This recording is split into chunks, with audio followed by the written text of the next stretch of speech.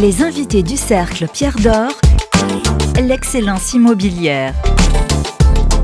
Ces professionnels construisent l'immobilier d'aujourd'hui et de demain. Rencontre avec des femmes et des hommes remarquables.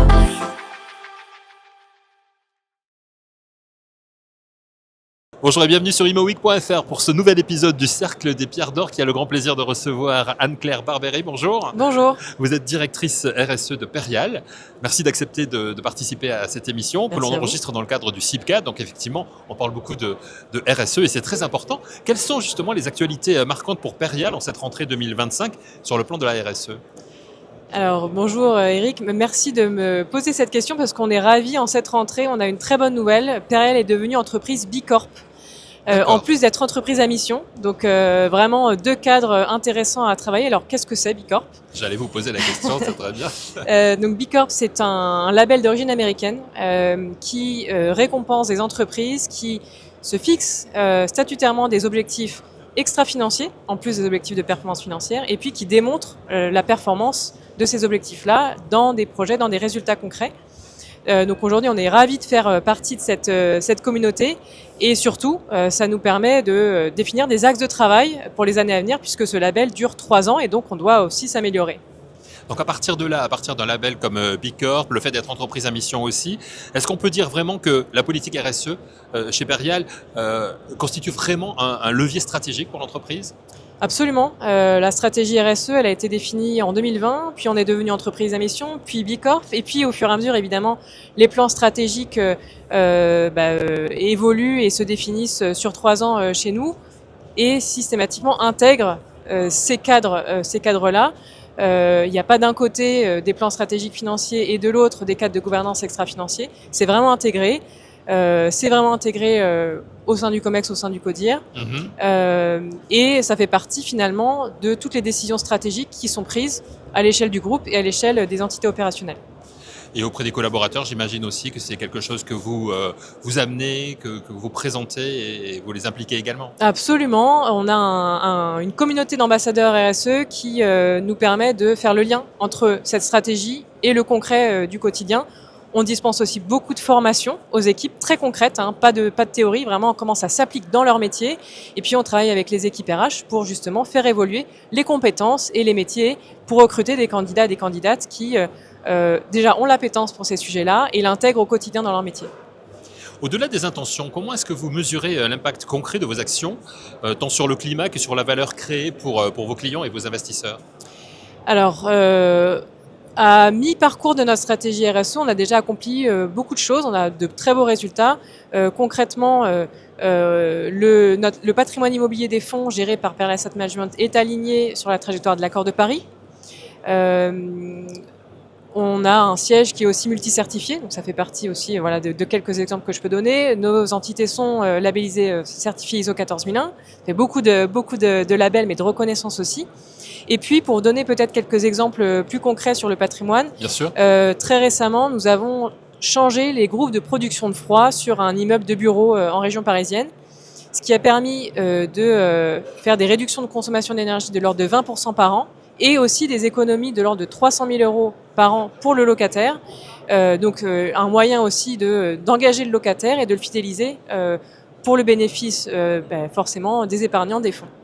Un bel exemple. Est-ce que vous en avez d'autres, d'exemples de projets emblématiques en cours ou récemment livrés qui traduisent vraiment vos engagements RSE sur le terrain chez Perial ? Alors, vous me parliez aussi des sujets de valeur. Alors, on est assez content aussi sur les 2 derniers exercices de valorisation des fonds. Certains immeubles ont fait l'objet d'une matérialisation de la valeur verte. Concrètement, c'est la démonstration que le plan de travaux que l'on va réaliser sur ces immeubles-là, qui vont permettre de réduire les consommations d'énergie, va aussi permettre de réduire les charges énergétiques des locataires et donc dans le même temps d'avoir une appréciation du loyer dans la mesure de ce qui est possible et absorbable sur le marché. Et ça, typiquement, sur certains immeubles, il y a eu des gains de plus de 6% de valeur vénale grâce aux plans de travaux qui sont prévus et qui sont en cours. Ça, c'est du concret. Donc, c'est du concret. Ce sont des immeubles qui sont où ? Alors, c'est des immeubles qui sont en France. Le plus fortement impacté positivement était de mémoire dans le sud de la France. C'est des immeubles de bureaux Mais donc voilà, c'est très concret et on poursuit ce travail pour l'élargir sur d'autres immeubles aussi. Quelles sont vos priorités pour cette fin d'année 2025 pour renforcer vos engagements et pour préparer aussi, j'imagine, 2026 ?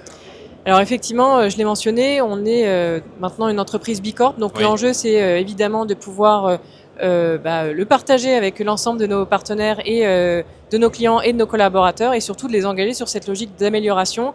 Concrètement aujourd'hui, les points forts qu'on a, c'est ce cadre de gouvernance, tout le dispositif de formation, les projets environnementaux, j'en ai parlé, notre service client aussi qui est à l'écoute de nos clients.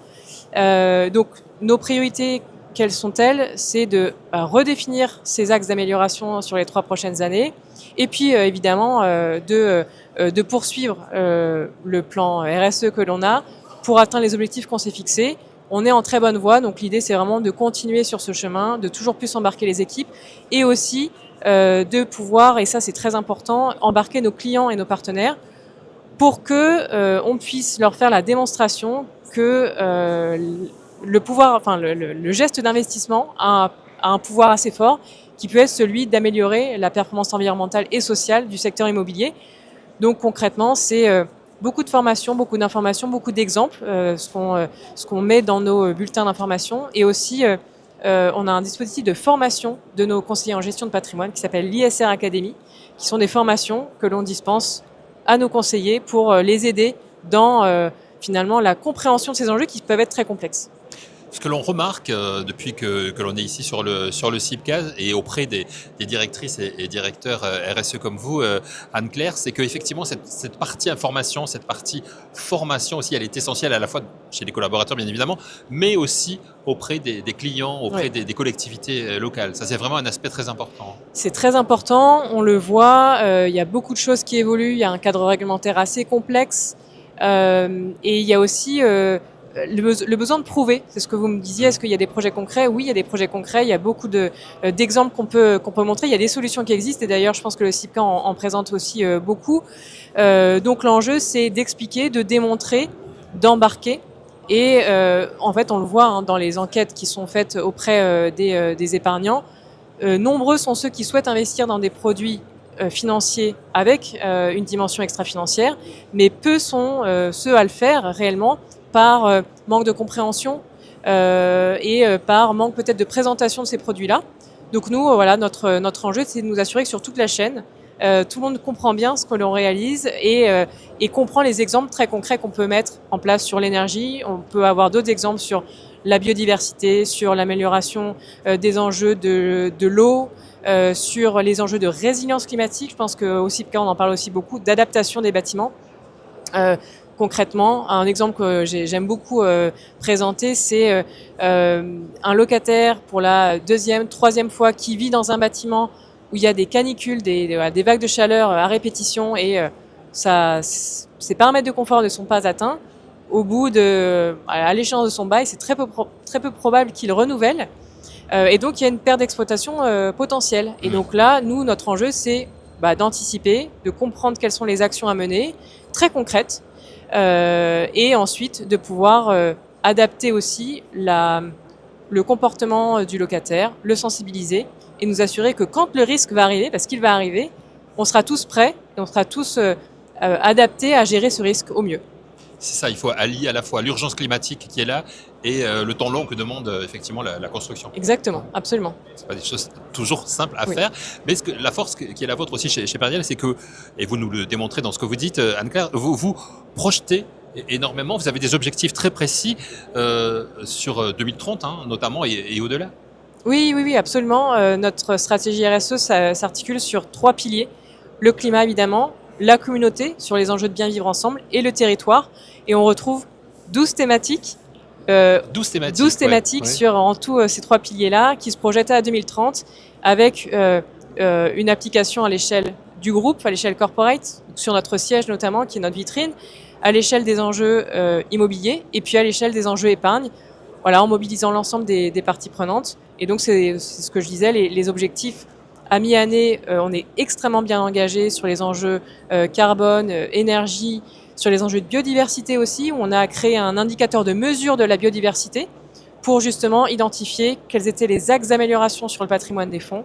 Et finalement, une fois que les actions étaient menées, est-ce qu'on avait bien réussi à atteindre cette amélioration de la biodiversité qui va bénéficier aux locataires, évidemment, au bien vivre et au bien-être des locataires, et aussi finalement à cet enjeu de résilience à l'échelle des territoires, parce que des sites qui sont mieux végétalisés permettent aussi d'améliorer la résilience à l'échelle du quartier. Donc c'est pour ça que c'est une notion qui est à l'échelle du territoire. Et ça aussi, c'est quelque chose qu'il faut faire comprendre, hein, cette résilience. Absolument. Alors c'est assez amusant puisque certaines thématiques parfois sont très faciles d'accès, c'est-à-dire que la biodiversité, je pense que tout à chacun, c'est assez simple de le comprendre de prime abord, alors que le climat, ça peut être quand même un petit peu plus ardu.